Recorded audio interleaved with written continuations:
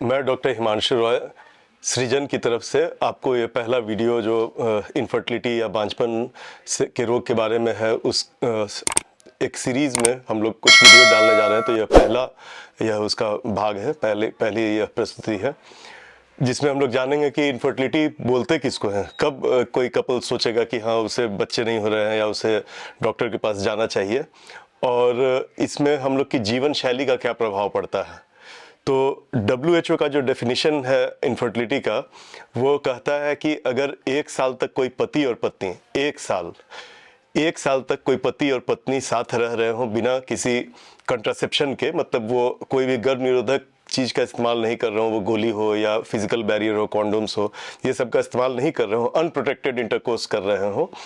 और 1 साल के बाद भी वो साथ रहे हैं रेगुलरली और बच्चे नहीं हो रहे हैं, तब उसे इनफर्टिलिटी कहा जाता है। तो यह जानना ज़रूरी है कि सब कुछ ठीक रहने के बावजूद भी यह ज़रूरी नहीं है कि 1 ही महीना या 2 ही महीना में बच्चे हो जाए, और नहीं अगर हो रहा है तो यह कोई प्रॉब्लम की बात है। पहले तो यह इंटरवल पहले 2 साल माना जाता था, 2 साल के बाद लोग बोलते थे, बट जैसे जैसे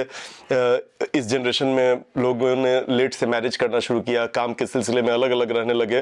तो धीरे धीरे इसके डेफिनेशन बदल के अब यही कॉमन डेफिनेशन हो गई है। हाँ, ये ज़रूर है कि 35 साल से ज़्यादा उम्र के लोग या जिन्हें डायरेक्टली कोई तरह की दिक्कत हो, उन्हें इसके बारे में ये 1 साल तक वेट करना ज़रूरी नहीं है, और उस एज ग्रुप में वो लोग 6 महीने के बाद भी डॉक्टरी मदद के लिए जा सकते हैं। बट यंग कपल्स में at least they should wait for 1 year.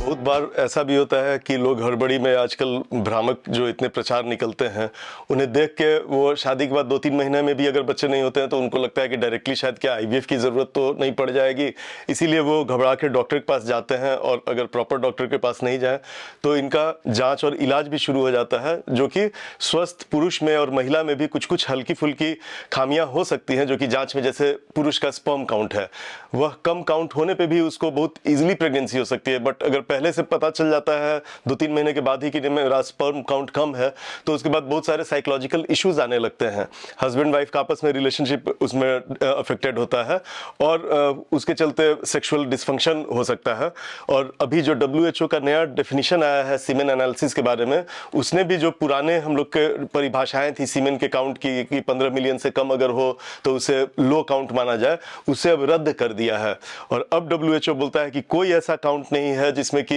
नीचे उस किसी पुरुष को कहा जाए कि यह सब फर्टाइल है या इनफर्टाइल है। और इसलिए कि बहुत सारे ऐसे भी पुरुष जिनका स्पर्म काउंट कम है, उन्हें टाइम टू कंसेप्शन, मतलब शादी के बाद बच्चा होने की जो टाइम पीरियड रहता है वो कम हो सकता है। और सिमिलरली बहुत पुरुष ऐसे भी हो सकते हैं जिनका स्पर्म काउंट तो बहुत अच्छा है लेकिन टाइम टू कंसेप्शन बहुत लंबा हो जाता है। तो ये चीज़ जो पहले लगता था वो सच नहीं है, इसीलिए टाइम के बहुत पहले बिना एडिक्वेट ट्रायल दिए हुए एटलीस्ट 12 मंथ्स आप साथ नहीं रहिएगा, तो उसके पहले अगर आप मदद के लिए जाइएगा तो हो सकता है बिना बीमारी के भी आपका इलाज किसी दूसरे डायरेक्शन में चला जाए और फायदा के बदले नुकसान हो जाए। इसीलिए थोड़ा सब्र रखना, स्पेशली यंग कपल्स को बहुत ज़रूरी है कि वो सब्र रख के साथ में रहें।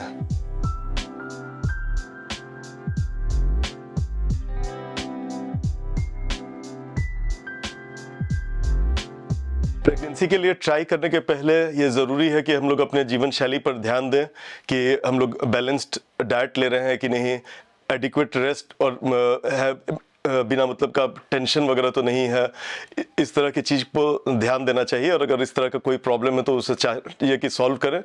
फॉलिक एसिड महिला को लेनी चाहिए, पुरुष को भी, या महिला में से कोई भी अगर धूम्रपान एक्टिव या पैसिवली कर रहा हो तो उसे उस चीज़ से बिल्कुल ही छोड़ देना चाहिए, बिकॉज उसका इफेक्ट फर्टिलिटी पे पड़ता है और अल्कोहल का भी इफेक्ट पड़ सकता है। तो ये सब चीज़ें छोड़ देनी चाहिए, हेल्दी डाइट लेनी चाहिए। वेट, अगर एक्सेसिव वेट हो तो वेट कंट्रोल करना चाहिए, उससे भी मदद मिलती है और प्रेगनेंसी रिलेटेड कॉम्प्लिकेशंस कम होते हैं। इसके साथ साथ कुछ टेस्ट जैसे कि ब्लड शुगर, थायराइड, रूबेला, ये सब की जांच कर लेनी चाहिए, और ये सब ठीक रहे। जैसे रूबेला अगर पॉजिटिव हो तो अच्छी बात है। रूबेला अगर निगेटिव है तो रूबेला का वैक्सीन लेके 1-2 महीना वेट करके तब प्रेगनेंसी प्लान करनी चाहिए। ब्लड शुगर अगर हाई है तो उसको ठीक हो जाने के बाद भी एटलीस्ट 3 मंथ्स का इंटरवल देके दोबारा चेक करके कि ब्लड शुगर ठीक है तब प्रेगनेंसी के लिए ट्राई करना चाहिए। और साथ ही साथ थायराइड में भी अगर प्रॉब्लम है तो थायराइड को भी ठीक करके तब फिर प्रेगनेंसी ट्राई करनी चाहिए। तो ये सब ऐसे प्रिकॉशंस हैं जो कि आप प्रेगनेंसी प्लान करने के पहले ले सकते हैं खुद ही खुद।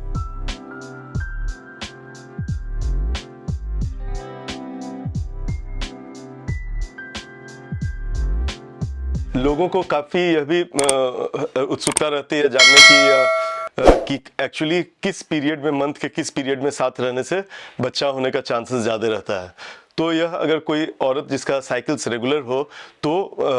पीरियड के 10वें से 20वें दिन तक एटलीस्ट 1 दिन के अंतराल पे उन्हें साथ रहना चाहिए।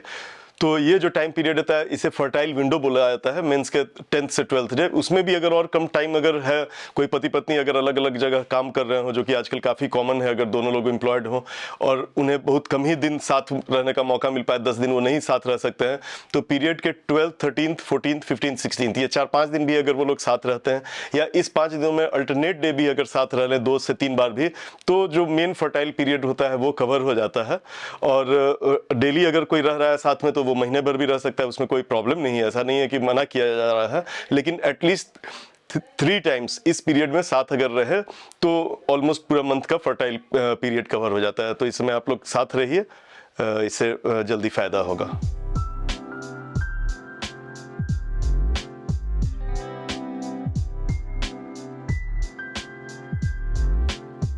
अगर आपको किसी तरह का शंका भी हो कि नहीं शायद ये चीज़ मेरे में ठीक नहीं है और वो चीज़ ठीक नहीं है, 1 साल रुकना भी नहीं चाहते हैं, इस तरह की कोई भी अगर हालत हो तो अच्छा रहता है कि आप एक प्रोफेशनल अपना काउंसलिंग जाके करा लीजिए, डॉक्टर से मिल लीजिए, उन्हें जो आपकी समस्या है उसके बारे में बताइए और ये सब जो राय मैं बताने जा रहा हूँ ये सब के बारे में आप डिस्कस कर सकते हैं।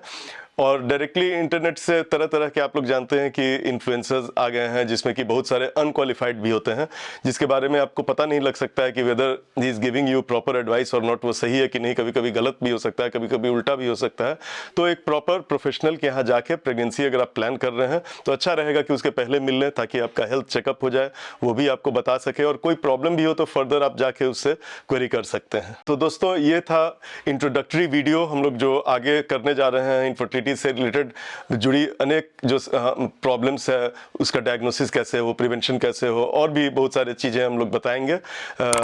आज हम लोग इसी काउंसलिंग के बारे में ही अभी चर्चा करके इसे बंद कर रहे हैं।